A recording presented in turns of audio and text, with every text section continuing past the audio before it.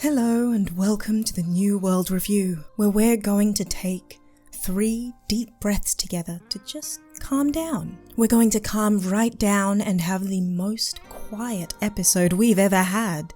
I'm not going to steal your soul, or mangle your manga, or abscond with your anime. Let's just relax and take a quiet nap. No! What were you thinking? It's Grand Line Waifu punching you in the face with entertainment like a Hisoka to the jaw. I'm here with episode 17 and 18 like a lean, mean anime reviewing queen, and I mean business. Always business. If you like business, slam your mouse button onto that like button. Too many button. If you really like business, say BAM while you do it, because that's always satisfying to say. If you don't like business, say BAM BAM while you sadly click that dislike button. Either way, we are here for spoilers. Spoiled is what you will be. Never say, I don't give you anything. Let's get started. To put it simply, after all my excitement to start this review, episode 17 was boring. But that's okay, not every episode can be the most energetic, and nor should every episode be energetic. If every episode or chapter of anything was highly charged, you wouldn't and couldn't read or watch it. There's only so far you can go up before you crash down. With that in mind, this was a nice down point, basically. I appreciated it for what it was. Killua got to play with people, and I always love to watch Killua play with people. Because we, as an audience, aren't new to Killua's power, it's no longer a surprise when other characters underestimate him. So while the story has characters trying to creep up on him and take him out, it's treated as a farce, which we absolutely know it is. Killua has these characters outmatched and outpaced at every turn, so watching him effortlessly find what he's looking for and get it leaves us with as much boredom as he has. I'm fine with feeling deliberately bored, though. I think people forget that boredom is a stepping stone to creativity or extreme emotion. As I said last episode, I get the sense we're galloping toward the end of an arc, and so an episode like this is like the tide pulling away before throwing us into a whole lot of strife. Despite the boredom, I enjoyed Killua playing with our bald-headed pretty boy left in a spotlight. Something I'm noticing about the other examinees in Hunter x Hunter is that they're all so arrogant. To have got this far, it makes sense that they would be arrogant, and it makes sense that they'd feel strong. The weak link was Liney McUnderline, who seems to have been carried to this point by his brothers. Teaming up during the exam has been beneficial up to this point, but I do wonder when it makes more sense to turn on each other. That's something I'll keep saying, because I suspect that even out in the real world, past this exam, they're going to have a lot of betrayal incidents. Probably not with our main 3, especially Gon and Kurapika, who seem to have some kind of wires loose. I'm not sure how they misinterpreted "don't come in" as "come here straight away," but okay. You do you, I suppose. Just to note my sarcasm here too, if there's anything I'm learning from the writing style here, the loyalty that's being shown between these 3 is absolutely going to be tested and probably found wanting. They've been thrown together by happenstance and are still together, which is great, but they all want to be hunters for different reasons, so I'm excited to see at which point their individual reason for being a hunter overcomes that concern for others they're recklessly displaying at the moment.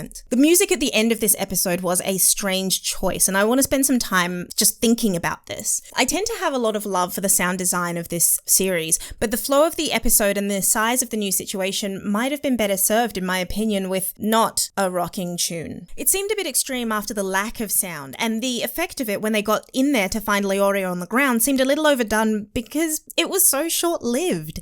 Going from, he's on the ground, quick, help him, to, okay, he's been patched up and we're going to leave now, levels of calm didn't really do it for me. Particularly because they jumped straight back into the hype of the snakes appearing. The electric guitars, active strings, and heavy beat was great for the exact moment of Leorio losing consciousness, but the second that was over, it just leaked energy from the rest of the episode. So despite all my pleasure at their overall arc energy control, the result was that it felt they were trying to force an emotion on me to end this individual episode, breaking the flow of what felt good.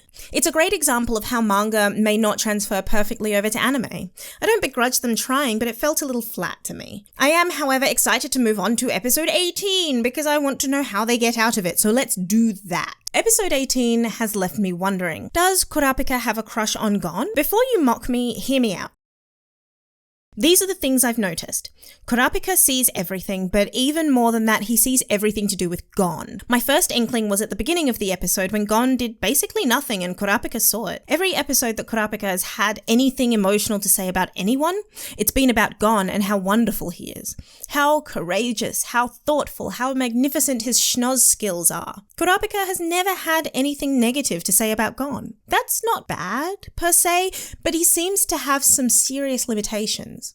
It's great to see that he's trying to learn from someone, and maybe it's this teenager thinking, hey, so this kid is younger than me, but he's dragging me through this exam. Embarrassing, but I'll take it, because I couldn't get through it alone. It would be good if Kurapika is noticing all his own faults and shortcomings, but he doesn't phrase them as if he is. He phrases them as though he has an obsession with Gon. That might be the translation, though. Also, there are several kinds of crush and several kinds of love. Kurapika could be in love with Gon's abilities, and frankly, he could be preparing to manipulate Gon. The first step to using a tool is understanding its purpose and how it works. He could be about to do that. It doesn't feel like that, but in a meta sense, it feels more like the author didn't know how else to tell the audience that Gon was perfect, deciding instead to give him a personal cheerleader so we know who we should be following narratively and who we should care about. Yay, Gon! Practically, I think it means that Kurapika has a crush on Gon, and that sense got stronger the longer we spent listening to Kurapika talk about him and talk to him. In fact, any time Kurapika is interacting with Gon, I wonder.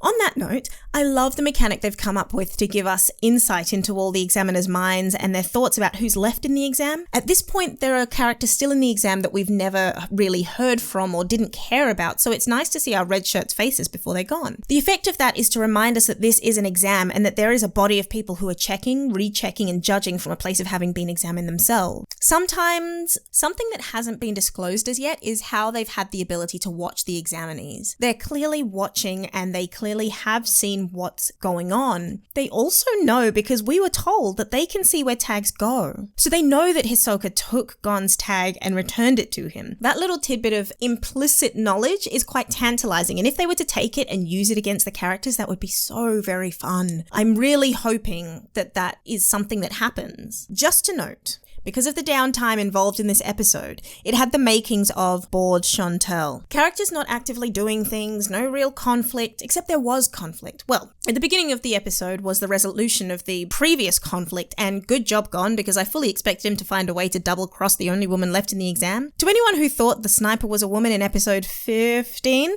unfortunately not. He was referred to in masculine by the Maraca mover.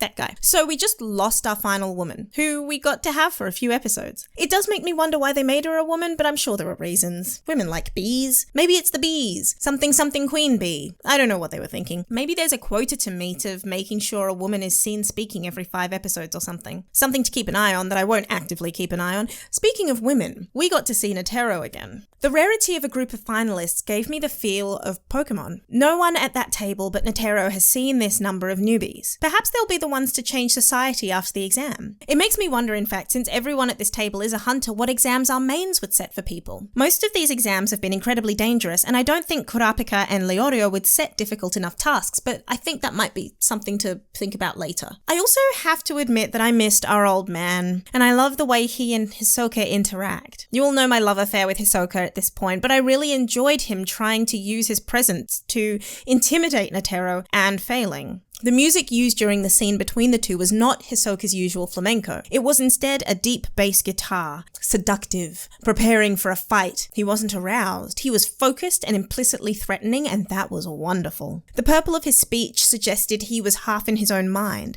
I love the use of the purple tones while I speak of it to give us insight into minds. It's a device we've seen before, but it's only ever been used for one mind. The shift here gives me some questions. Did Hisoka say what he said entirely out loud? Yes, Netero heard it, but since most other uses of the purple has been to indicate what's being thought instead of what's being said, I find it fascinating that Netero was able to interpret it enough to sidestep the experience. Having seen Netero against both Gon and Killua, there's something exciting about being seeded the idea that Hisoka and Netero will fight at some point, even if it's very much in the future. Speaking of my love, Hisoka, it fascinated me that his only interest in the exam is the ability to kill without repercussion. Who is it he wants to kill? He sounds like someone who wants to kill very specific people rather than going on a rampage for everyone. He has very specific physical needs after all. Does he have a Goku-esque or Ash-like need to be the very best? I do wonder how much aura accounts for why the participants chose who they chose. Those who were expected to complete the exam must have done a lot of watching over the course of it, despite the fact that they haven't, for the most part, seen each other fight. The old man I don't expect to pass at all, given his dismissal of Killua and Gon as children. He hasn't been observant enough. That everyone is avoiding or otherwise watching the two children says a lot about them. What on earth is that one dude thinking? Who watches Kurapika? He's out. See you later, dude. It was nice having you along, but you're gone. And so am I. If you enjoyed this video, please do leave this video a like, share, or subscribe. And if you'd like to join the fun, then please do head over to the Discord server where a wide array of shenaniganry takes place on a daily basis. And finally, do comment with your thoughts on episodes 17 and 18 of Hunter x Hunter. This has been the New World Review, and I'll see you next time.